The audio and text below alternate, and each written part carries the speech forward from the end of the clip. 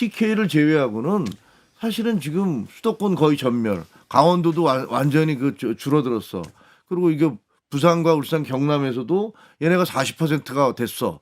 그러면 도대체 다음 선거에서 얼마나 버틸 수 있을까? 그리고 지난번에 거제 시장 선거도 그렇고 부산 교육감인가요? 이거 다 졌잖아요. 그러면 제가 보기에는 야 이거 잘못하면 우리 보고서 옛날에 영남 자민련이라고 그랬는데 이제는 영남 자민련도 아니고 잘하면 이제 TK 자민련 되겠구나. 국민의힘 캠프 해단식에 참석한 김문수 후보는 패장은 할 말이 없다면서도 돌연 당을 향해 작심 발언을 쏟아냈습니다. 왜 이렇게 되었을까를 우리 당이 지금 민주주의에 대한 기본적인 이해와 신념, 그것을 지키기 위한 투철한 사명이 없기 때문이라고 생각합니다. 윤석열 전 대통령의 뜻이 당에 일방적으로 관철된 데 대해 자성해야 한다. 당내 민주주의도 무너졌다며 사상 초유의 대선 후보 교체 시도를 강하게 비판했습니다. 삼척 동자가 보더라도 말이 안 되는 방식으로 우리가 공직 후보를 뽑지 않았는지. 패장이 당을 탓하고 나선 데 이어 당 안에서도 책임론이 불거졌습니다. 한동훈 전 대표는 불법 계엄 세력을 옹호한 구태 정치에 대해 국민들이 단호한 퇴장 명령을 내렸다고 친윤을 비판하면서 국민의 뜻을 따르겠다고 사실상 당권 도전을 시사했습니다. 가장 큰 책임은 윤석열 대통령이고 그다음은 친윤들이지 않습니까? 그럼 친윤들은 이 사태에 대해서 책임을 져야 되는 거고. 반면 권성동 원내대표 등 현 지도부는 되려 당의 단합을 강조하면서 사실상 사퇴 요구를 거부하고 있습니다. 적을 향해서 싸워야 되는데 이거 내부를 향해서 싸우는 이런 모습은 절대적으로 사라져야 된다. 국민의힘 의원 단체 대화방에선 김문수 후보가 당 대표가 돼야 한다는 요구도 나왔습니다. 패배의 책임을 두고 김문수 후보와 친윤계, 친한계 모두 다른 목소리를 내면서 국민의힘 내홍은 더 거세질 걸로 보입니다. MBC 뉴스 고재민입니다. 이재명 대통령 당선과 동시에 대선에 참패한 국민의힘 안팎에서는 책임론이 제기되며 당권을 놓고 신경전이 벌어지는 등 후폭풍이 몰아닥치고 있습니다. 하와이에 머물고 있는 홍준표 전 대구시장은 SNS에 글을 올려 노년층과 이른바 틀딱 유튜브에만 의존하는 그 이익 집단은 미래가 없다며 정당 해산 청구에 이어 지방선거를 앞두고 그 당은 소멸될 수도 있다고 말했습니다. 그러면서 김문수를 통한 마지막 몸부림이 무산된 것은 이준석 탓도 내 탓도 아니라며 니들이 사욕에 가득 찬 이익 집단으로 변질됐기 때문에 국민들로부터 외면당한 거라고 비판했습니다. 한동훈 전 대표는 국민들께서 불법 계엄과 불법 계엄을 옹호한 구태 정치에 단호한 퇴장 명령을 내리신 것이라며 기득권 정치인들만을 위한 지긋지긋한 구태 정치를 완전히 허물 마지막 기회라고 말했습니다. 친한계 진종호 의원도 우리는 쇄신하지 못하고 계엄을 옹호한 채 국민들에게 뻔뻔한 한 표를 애원했다며 자성했고 박정훈 의원은 김용태 비대위는 즉시 해체하고 대선판을 협잡으로 만든 권성동 원내대표는 석고대죄해야 한다고 직격했습니다.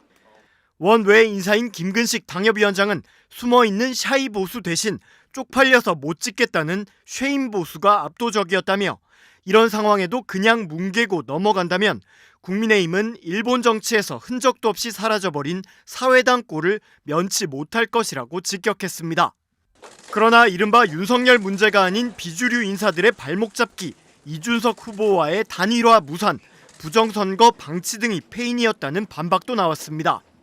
국민의힘 유영아 의원은 당원도 아닌 홍준표는 더는 남의 당에 대해 말하지 말라, 기웃거리지 말라며 제발 관심 끄고 하와이에서 좋아하는 골프에 집중했으면 한다. 물론 대구에 발붙일 생각 꿈도 꾸지 말고 잊혀지시라고 꼬집었습니다. 국민의힘 일부 지지자들도 오늘 새벽 승복 선언을 하고 당사를 떠나던 김문수 후보를 향해 욕설을 퍼부으며 네가 뭔데 승복하냐는 등 비난을 쏟아냈습니다. 뭐하는 짓이야! 정신 차려! 국민의힘 당내에서는 현재 김용태 비대위원장과 권성동 원내대표 가운데 한 사람만 사퇴할지 두 사람 모두 사퇴할지 등 다양한 시나리오를 놓고 의견이 분분한 것으로 전해졌습니다. 당 안팎에선 김 후보가 완패하긴 했지만 40% 득표율을 넘긴 것이 오히려 뼈를 깎는 쇄신에 대한 주류의 방패 논리로 작용할 수 있다는 관측도 나오고 있습니다.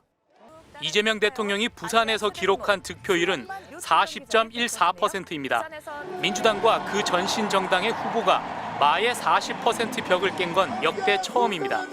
지난 대선 당시 이재명 후보는 38%대에 그쳤고 부산이 정치적 기반이었던 문재인 전 대통령도 40%, 노무현 전 대통령도 30% 벽을 넘지 못했습니다.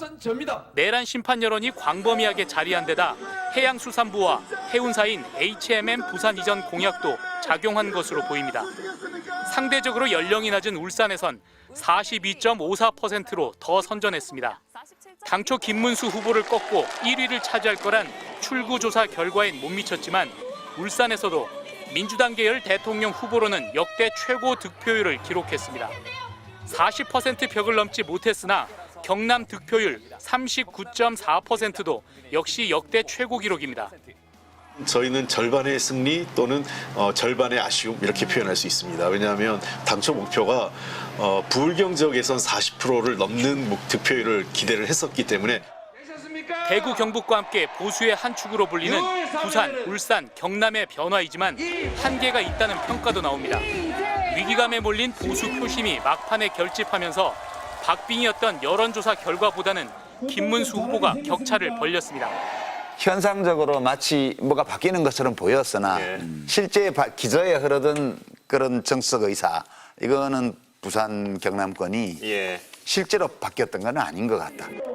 이번 대선에서 지역 민심이 요동치면서 내년 6월 지방선거에서도 부울경은 가장 중요한 승부처가 될 것으로 보입니다. MBC 뉴스 최훈입니다.